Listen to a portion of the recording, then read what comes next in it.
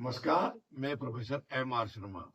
आज हम भगवत गीता में कर्म योग पर चर्चा करेंगे। जैसे कि कहा गया है कि गीता में 3 विषय प्रमुखता कहे गए हैं। एक है कर्म योग, एक है ज्ञान योग और एक है भक्ति योग। तो आज हम कर्म योग पे बात करेंगे। कर्म के द्वारा मोक्ष प्राप्ति का भारतीय वांग में वर्णन वेदों में, ब्राह्मण ग्रंथों में तथा मीमांसा दर्शन में पाया जाता है। आधुनिक काल में भी भारतीय विद्वानों तिलक, गांधी, विनोबा, श्री अरविंद जी और विवेकानंद आदि ने भी कर्म को महत्व दिया है। गीता के 3रे अध्याय में कर्मयोग का वर्णन किया गया है और इसे मुक्ति का साधन बतलाया गया है, मुक्ति का उपाय कहा गया है। भगवान कृष्ण से कहते हैं कि कर्म करना तो मनुष्य की नियति है। जीवन में कोई भी क्षण भर भी कर्म के बिना नहीं रह सकता। कर्म के बगैर हमारा गुजारा नहीं हो सकता है। कर्म से संन्यास संभव नहीं है, कर्म से मुक्ति संभव नहीं है। सामान्यतः कर्म बंधनकारी माने जाते हैं क्योंकि वे अपना फल अवश्य देते हैं। फल रूप में, पाप रूप में या पुण्य रूप में ये मनुष्य के लिए बंधनकारी होते हैं।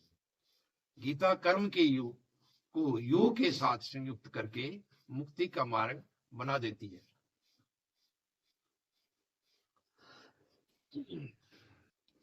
गीता कर्म को योग के साथ संयुक्त करके मुक्ति का मार्ग बना देती है।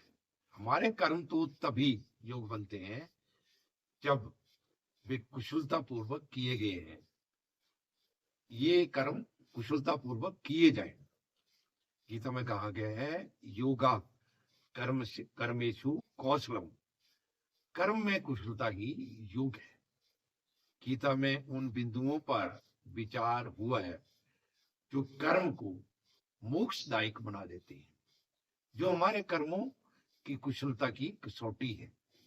गीता में कर्म की कुशलता की सबसे बड़ी कसौटी सभी प्रकार के द्वंद्वों से परे रहकर कर्तव्य कर्म करना बतलाई गई है। इसके साथ वर्ण आश्रम धर्म के अनुसार अपने नियत कर्म करना भी आवश्यक बतलाया गया है।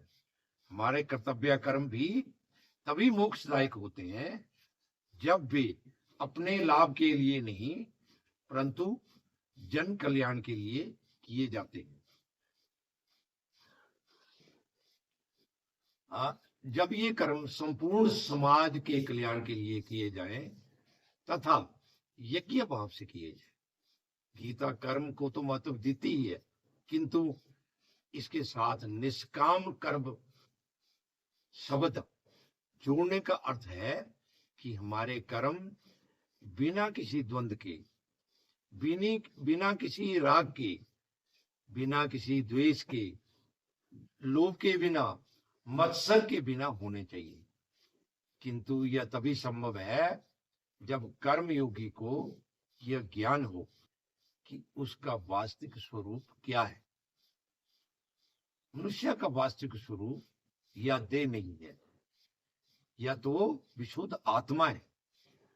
जन्म मृत्यु सुख दुख आदि देह के साथ लगे रहते हैं, आत्मा इनसे मुक्त है।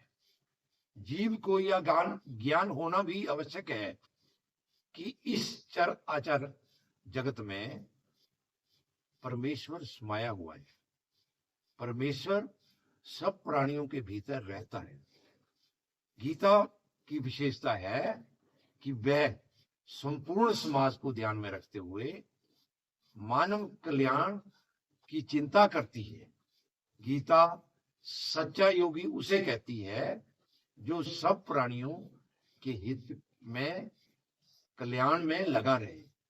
मनुष्य का सबके कल्याण में लगा रहना ही उसे सच्चा योगी बनाता है।